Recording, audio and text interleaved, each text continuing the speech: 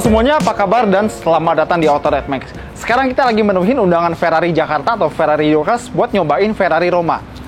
Gini, siapapun kalian, apapun kalian, kalau kalian ditawarin undangan Ferrari, mau datang atau enggak ada jawaban enggak, pasti datang. Dan ini adalah Ferrari yang paling, bukan murah ya, nggak ada Ferrari murah. Ferrari paling terjangkau. Ini juga yang paling halus dan ini Ferrari yang cocok buat kalian yang baru mau bergabung jadi keluarga Ferrari. Seperti apa mobil ini? Simak terus.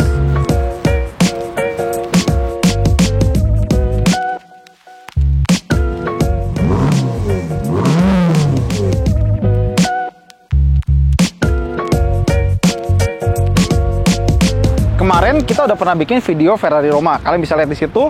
Tapi sekarang unitnya udah beda. Ini yang udah setir kanan, kalau kemarin kan setir kiri. Ini udah cocok buat Indonesia dan sedikit detail. Kalau kalian lihat depannya itu ada grill yang bentuknya kotak-kotak. Itu terinspirasi dari salah satu mobil Ferrari yang jadul. Tapi emang kalau ngelihat desainnya kayak campuran Italia sama Inggris gitu. Ibarat kita English breakfast tapi dikasih menunya fusilli, spaghetti atau pizza gitu.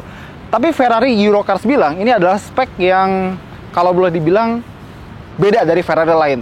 Maksudnya gimana? Ferrari kan biasanya warna cat merah, kaliper rem kuning, interior coklat. Itu khas Ferrari banget. Kalau ini beda. Dia pakai warna silver, bukan silver, bahasa Italia, grigio, dan kaliper rem warna biru, blue, interior campuran biru, merah, dan hitam. Dan ini masih ada quirky-quirky Italianya. Nggak percaya? Lihat aja ke dalam.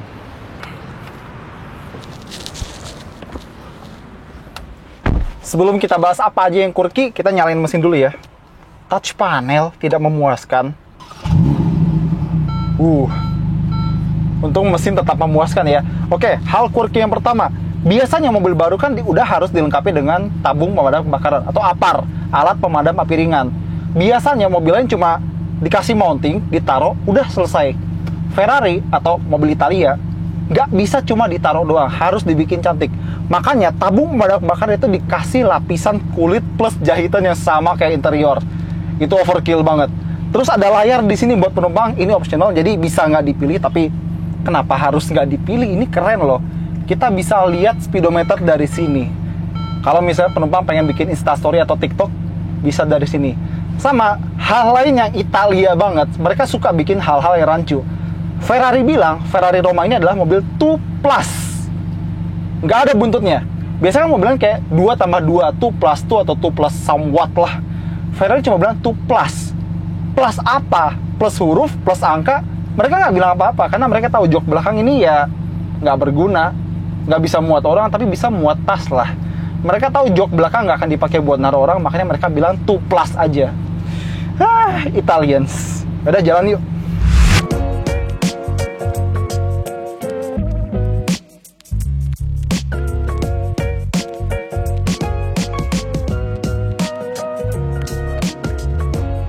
Nah, sekarang saatnya kita nyetir. Jadi, buat yang belum familiar atau belum mengerti, apa tujuan Ferrari bikin Roma? Ini sama tujuannya waktu California lahir. Ini buat menarik konsumen baru ke dunia Ferrari, menjadi keluarga Ferrari. Karena gini aja, buat orang yang belum pernah punya Ferrari, mungkin punya anggapan kalau Ferrari itu mobil balap, mobil yang punya banyak teknologi turunan dari F1. Dan ada, sejenis kekhawatiran kalau, wah, nanti kasar, berisik, terus mobilnya keras atau gimana. Tapi justru dengan mobil ini itu bisa meng-counter semua kekhawatiran mereka.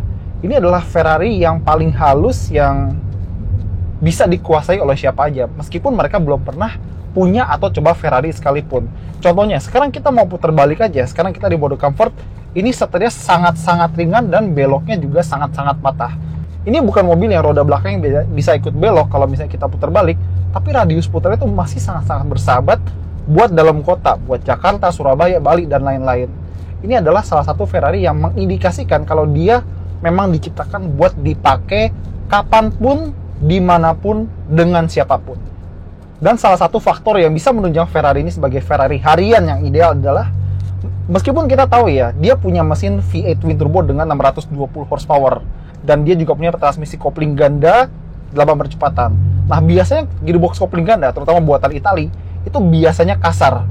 Tapi ini enggak, kita lagi mode comfort, kita kecepatan 20 km per jam, dan dia pakai gigi 3, dan dia tuh halus banget. buat ngegas gini pun nggak kerasa intimidatif gitu, nggak kerasa liar kayak maksa ayo bejek gua, ayo gas terus gitu. Anteng aja gitu, halus, nggak ada gejala aneh-aneh, nggak ada gejala dut-dutan. Bahkan remnya pun meskipun dia pakai rem dengan diameter yang besar banget ya, bahkan mendekati spek kompetisi, remnya juga halus dan ketakar.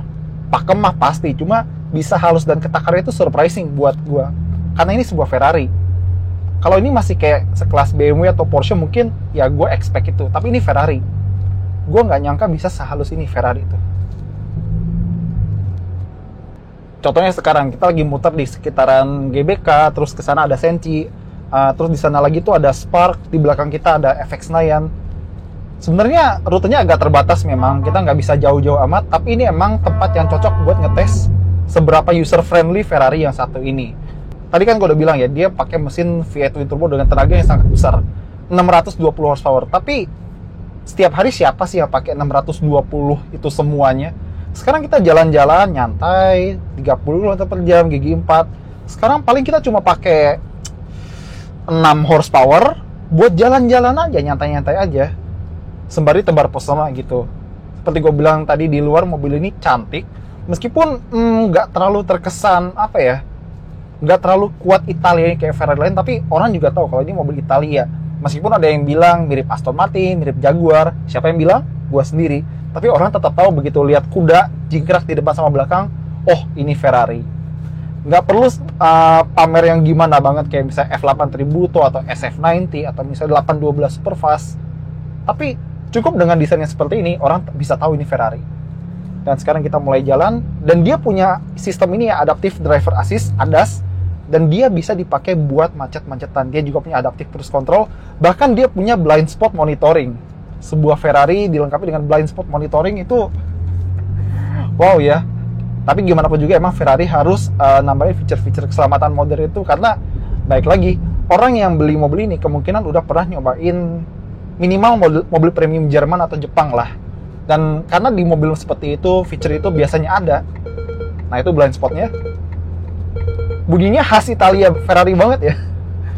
Baik lagi karena fitur-fitur itu pasti biasanya ada di mobil premium Jepang atau Jerman. Biar masih ada rasa-rasa familiarnya, Ferrari harus nambahin itu. Cuma sedikit catatan, fitur-fitur ADAS kayak Adaptive Cruise Control, Blind Spot, dan lain-lain, itu optional, alias nggak standar, harus bayar. Sekarang kita masih mode comfort, kita mau cobain suspensinya. Ini ada speed trap, masih empuk, masih nyaman. Karena sama seperti Portofino yang sebelum Portofino M ya, dia punya mode comfort di switch magnetino-nya. Karena emang mobil ini didesain buat kenyamanan, nggak salah kalau ada mode comfort. Dan bahkan di mode ini pun kita bisa sedikit ngedenger suara ban. Ya, jadi karena mobil ini ban depan belakangnya itu lebar banget, terutama ban belakang, gue nggak akan heran seandainya suara dari ban itu masuk. Ya gue udah memperkirakan hal itu akan terjadi, karena ban lebar biasanya berisik, itu udah sifat alaminya, nggak bisa diapa-apain lagi. Mungkin kalau di GT lain ya, misalnya kayak dari Bentley atau Mercedes atau Rolls-Royce, mungkin kalian pengen ke kedapan, tapi karena ini sebuah Ferrari, gue fine-fine aja kalau mobil ini nggak begitu kedap. Harus ada suaranya sedikit masuk-masuk, biar mobil ini nggak terlalu soft, nggak terlalu empuk.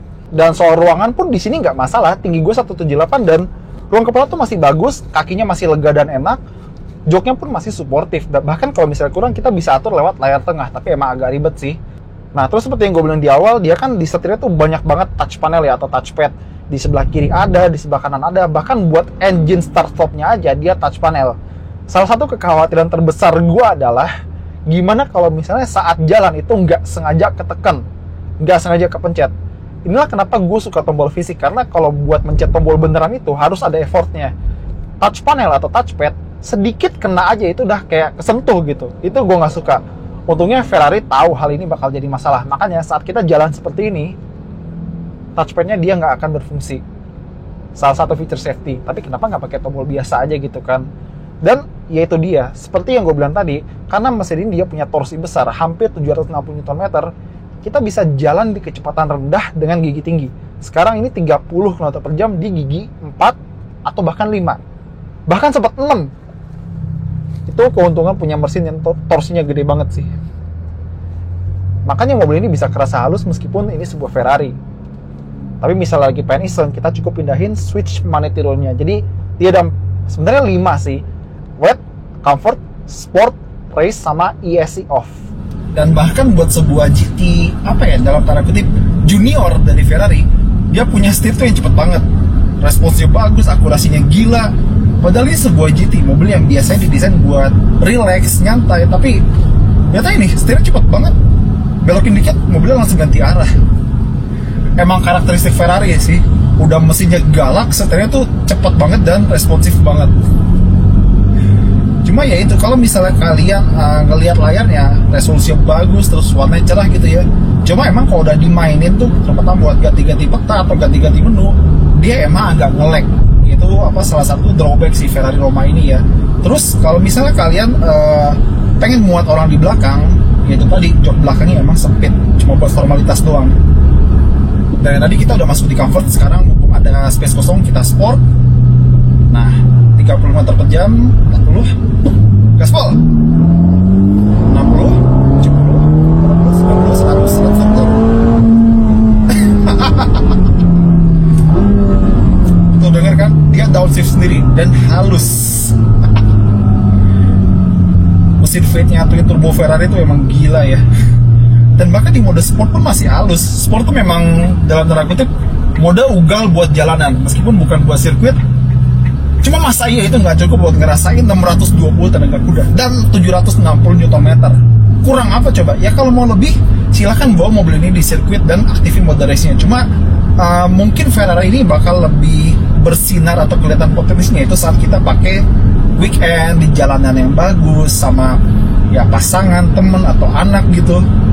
Nikmati mobil ini sebagaimana mestinya, sebagai sebuah GT, bawa jalan jauh lewati tol Trans Jawa dengan barang-barang buat kebutuhan weekend. Bener-bener sebuah GT.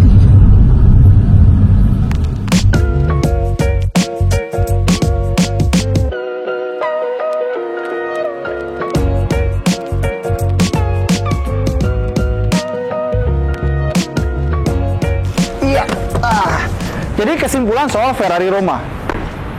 Ya kita cuma nyetir bentar sih, cuma sekitaran GBK sama Senayan. Tapi apa yang bisa kerasa adalah ini adalah salah satu Ferrari yang paling halus. Gue kira sejak ada California, Portofino, Ferrari itu nggak bisa lebih halus lagi. Tapi ternyata Roma ini membuktikan demikian. Dia bisa lebih halus, lebih jinak, dan lebih mudah digunakan. Tapi justru bagusnya, dia nggak terlalu halus sampai-sampai kita lupa bahwa ini sebuah Ferrari. Ini benar-benar Ferrari yang didesain buat ramah digunakan semua orang, untuk memancing semua orang baru untuk menjadi keluarga baru Ferrari. Makanya Bang Deddy Cahyadi beli satu. Oke, sekian dari Autolet Max. Makasih udah nonton. Jangan lupa jempolnya, komentarnya, dan subscribe. Dadah.